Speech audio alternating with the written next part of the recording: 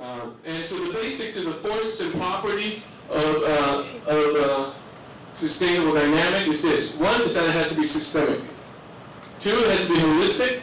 Three, it has to be interdisciplinary. And four is participatory.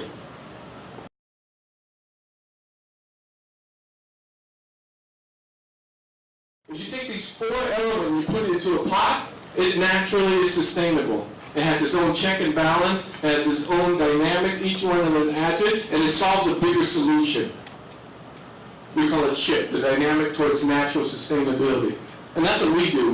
We're going around and we're creating ships. So that when you guys have a vessel, and you get a bunch of your people together, you go take off. You know, this vessel will take you where you need to go towards sustainability. Because if you think at the big picture, if you think about it holistically, and you have all these different interdiscipline, all this interdisciplinary to contribute, at a participatory level, it naturally works out. Now, most of us say, God, I don't like that person, and I don't want them in this group. They don't fit our group. That person that doesn't fit in your group is the best person for you. They might be your check and balance. The guy that tells you, hey man, I don't like your stuff, might be your best observer. So, we have in here.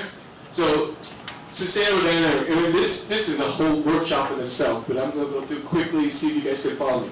First, you have your environment condition, your eco-effectiveness and effectiveness, your social responsibility, your environmental ethic, your human right. They're all the bigger.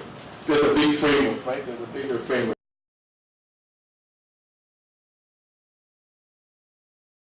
Inside you have opposing forces. The higher the value, the lower the ethics. The more environmental, the less equity. You see how that works? They're kind of like pulling away. The more money you might make something, or the more value something, you might have to lower your ethics. And if you push ethic really good, you might not make no money. Vice versa. If you go too environmental, then you won't have too much equity. So if you go too equity, so these are opposing forces. You need to know them because you need to balance them out. You're a collaborator. We included them all. It's like biodiversity. You know what a beautiful biodiversity in the garden? If you have everything in the garden, it's naturally sustain itself. Integrated elemental. Well, the integrated elemental, we talk about the resource and expertise of these organizations, the forces and property of these organizations, and then the evolutionary design. You guys know much about evolutionary design?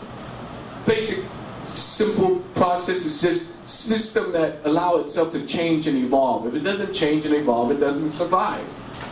If you can't change and you don't evolve, guess what? You limit your belief system. So that's important. And then the fusion development, which we call one is mutualism.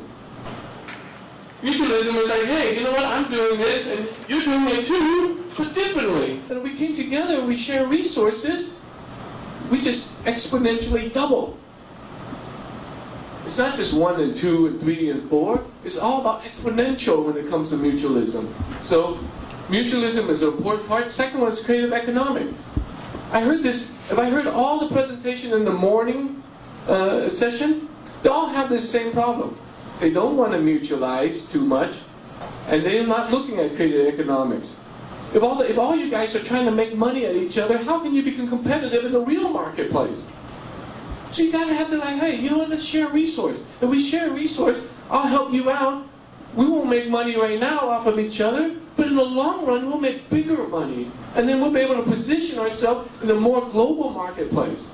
And that's what I learned about the West. The West is like a bunch of young kids. You know, they don't have thousands of years of culture. They're like kids. So, you know, kids, they do make a bigger mess and they do create a lot more problems, a little bit more ruckus, but they love sharing. They partner, they alliance really well. Kids are like, hey, let's do it, let's play. And that's how they thrive in the West. They thrive because they share. Active learning, that's the third model in the fusion development. How do we learn from each other? Because that's the really number one exchange. It's not money, but hey, I'm learning something from you and you're learning something from me, and together we learn together and not charge each other through some mutualistic thing. We're going to do great things. We're going to know a lot more. We're going to learn a lot. And that's going to be one of our greatest success, is learning from each other. So the key dynamic that we learned from doing all of our case study, one, human-centered design. So it's all about people, guys. That's all it is. If you want to be successful, it's all about people. Two, is what we call evolutionary, based on an evolutionary design system, which is how do we take something that's traditional, something that's already existing, and make it better. And the last one is creative potential. Our highest and our biggest strength is our creativity. That's what the human biggest asset is our creative potential. Okay, dynamic outcomes. Well, we want result, right? Do we want to reason? Reason is okay from an idea, but technically we want a result. The problem with reason is that we have a tendency to blame, justify. You know, it's more thinking, more explaining. But if you can learn from reason, then that's result. But there's nothing like result, because result is dynamic, result is outcome, result is deliverable. So that dynamic outcome, how do we know it's dynamic outcome? Is result.